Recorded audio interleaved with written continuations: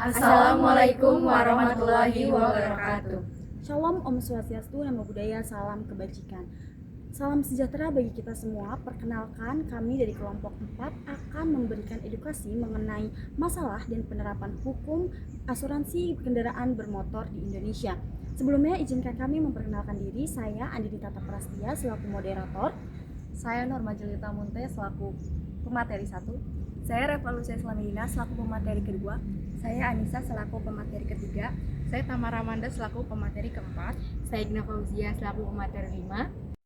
Teman-teman sekalian, tahukah kalian bahwasanya Indonesia merupakan salah satu negara dengan jumlah kendaraan bermotor terbanyak di dunia? Tapi meskipun begitu, masih banyak pemilik kendaraan yang tidak mengerti hak dan juga kewajiban mereka, padahal mereka sudah memiliki asuransi kendaraan. Tidak sedikit dari mereka yang kecewa saat klaim ditolak, bingung membaca isi polis, dan juga tidak tahu harus kemana ketika terjadi sengketa. Oleh karena itu, kami mengangkat topik ini agar masyarakat mengetahui hukum yang melindungi mereka. Nah, asuransi kendaraan bermotor di Indonesia ini diatur oleh beberapa instrumen hukum. Satu, ada Kitab Undang-Undang Hukum Dagang, khususnya di pasal 246 sampai 308 yang mengatur tentang perjanjian asuransi secara umum. Yang kedua, ada Undang-Undang Nomor 4 Tahun 2014 tentang perasuransian yang mana sebagai landasan regulasi industri asuransi modern di Indonesia. Yang ketiga, ada Peraturan Otoritas Jasa Keuangan yang mengawasi dan juga melindungi konsumen dalam industri keuangan termasuk asuransi.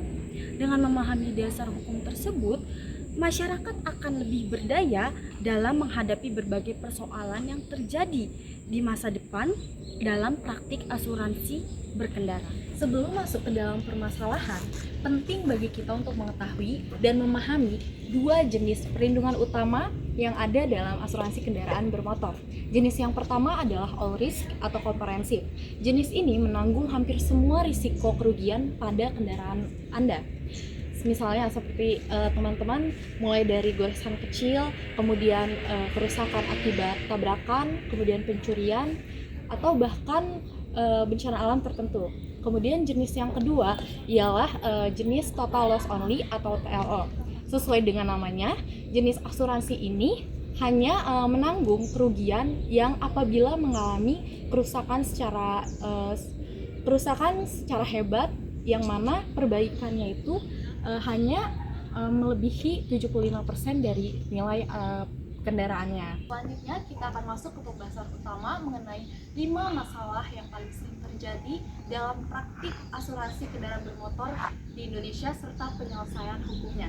Yang pertama, masalah terkait penolakan klaim asuransi secara sepihak.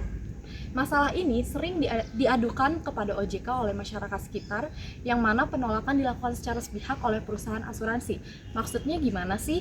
Jadi maksudnya, misalnya nih, kita sudah membayar premi secara bertahun-tahun, namun ketika kita mengalami musibah seperti kendaraan rusak, pasti kita berhak untuk mengajukan klaim kepada perusahaan. Nah, tapi saat kita mengajukan klaim, perusahaan asuransi ini malah menolak secara sepihak dan tanpa ada penjelasan dari awal.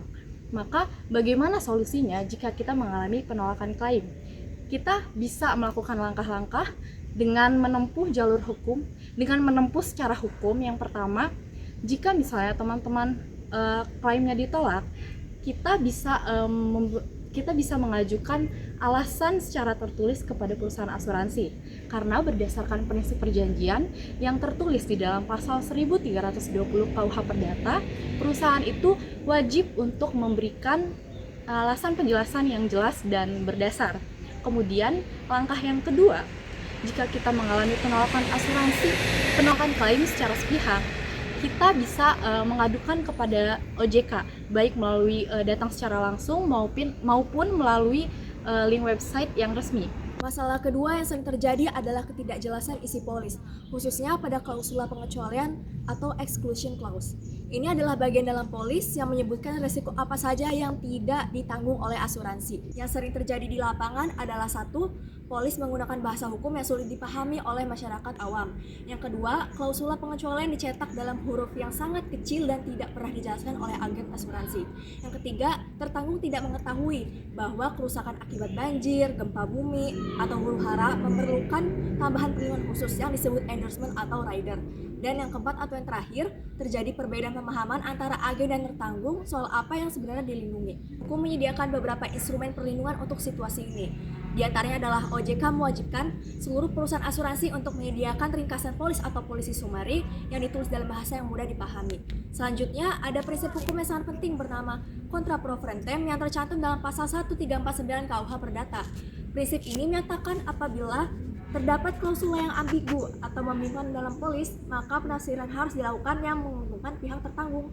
Selanjutnya, ada sebelum menandatangani polis, biasakan untuk membaca seluruh isinya. Jika ada hal yang tidak dipahami, mintalah penjelasan tertulis dari perusahaan asuransi. Yang terakhir, jika Anda berada di daerah rawan banjir atau bencana, pertimbangkan untuk menambahkan endorsement atau perluasan perlindungan untuk risiko-risiko tersebut. Untuk materi selanjutnya atau materi ketiga akan disampaikan oleh teman saya. Baik, selanjutnya permasalahan yang sering terjadi dalam asuransi kendaraan bermotor adalah pelanggaran itikat baik. Itikat baik penting untuk dilakukan oleh tertanggung maupun penanggung untuk memberikan informasi yang jujur, benar, dan tidak menyembunyikan fakta penting yang dapat menghambat perjanjian asuransi. Namun dalam praktiknya masih sering ditemukan pelanggaran terhadap etikat baik. Seperti yang pertama, tertanggung menyembunyikan kondisi kendaraan yang sebenarnya saat mengajukan asuransi. Yang kedua, asuransi kendaraan diatasnamakan oleh orang lain yang tidak memiliki kepentingan hukum atas kendaraan tersebut. Lalu yang ketiga, adanya manipulasi terhadap kronologi kejadian kecelakaan agar mendapatkan ganti rugi yang lebih besar. Dan yang terakhir, adanya kasus moral hazard ekstrim seperti sengaja menghilangkan kendaraan untuk mendapatkan ganti rugi.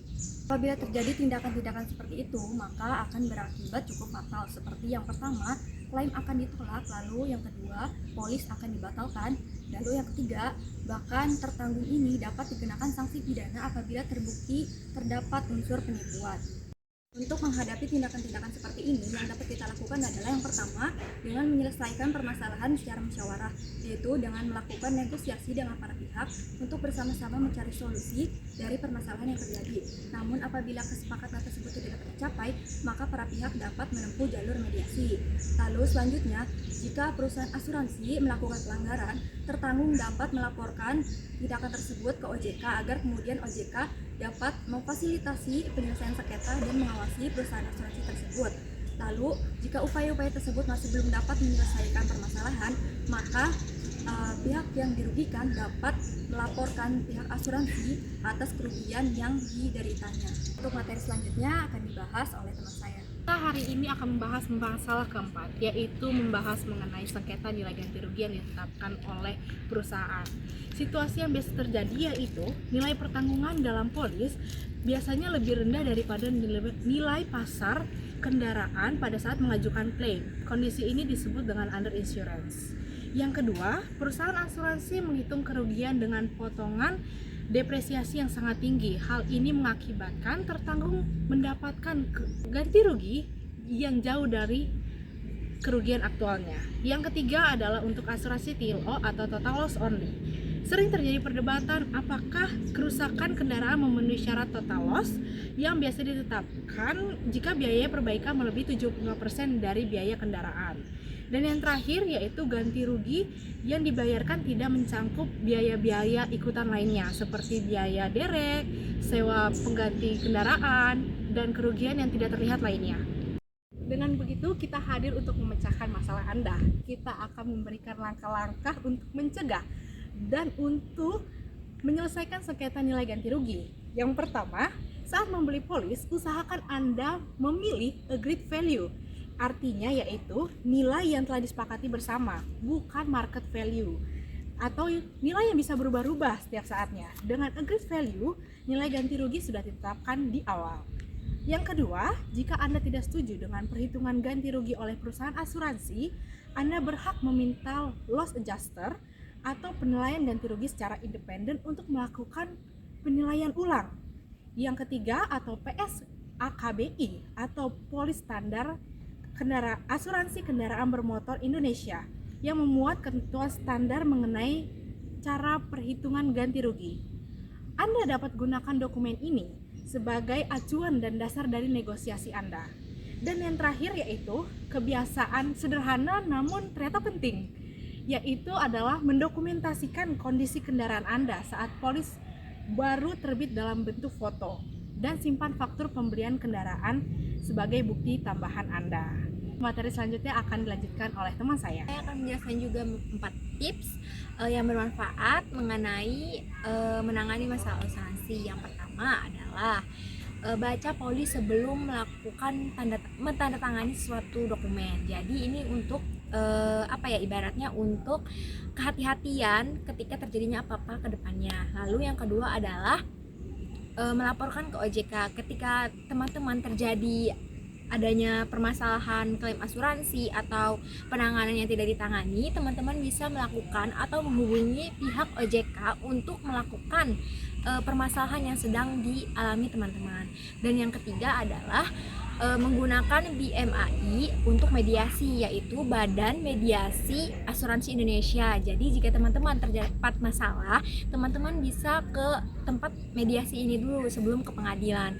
Lalu yang terakhir, yang keempat itu adanya dokumentasikan kondisi kendaraan secara berkala agar ketika terjadi sesuatu atau ingin melakukan klaim asuransi, teman-teman bisa mengajukan foto atau dokumentasi kondisi tadi ke tempat asuransinya sebagai bukti. Cukup, saya kembalikan kepada moderator. Baiklah teman-teman, kita sudah sampai di penghujung materi, yaitu kesimpulan.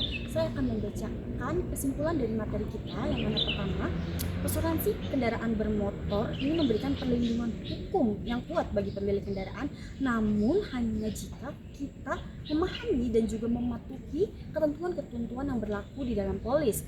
Kedua, ada 5 masalah utama yang sering terjadi, itu ada penolakan klaim sepihak, ketidakjelasan klausula pengecualian, pelanggaran prinsip itikat baik, sengketa nilai ganti rugi, dan konflik seputar subrogasi serta tanggung jawab pihak ketiga.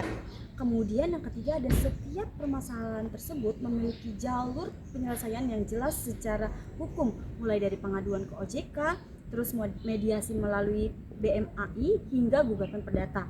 Dan yang terakhir, kunci terpenting itu adalah literasi asuransi, yaitu pemahaman masyarakat terhadap hak dan kewajiban mereka dalam perjanjian asuransi. Cukup sekian yang dapat kami sampaikan, kurang lebihnya mohon maaf. Billahi taufiq wal hidayah. Wassalamualaikum Assalamualaikum warahmatullahi wabarakatuh.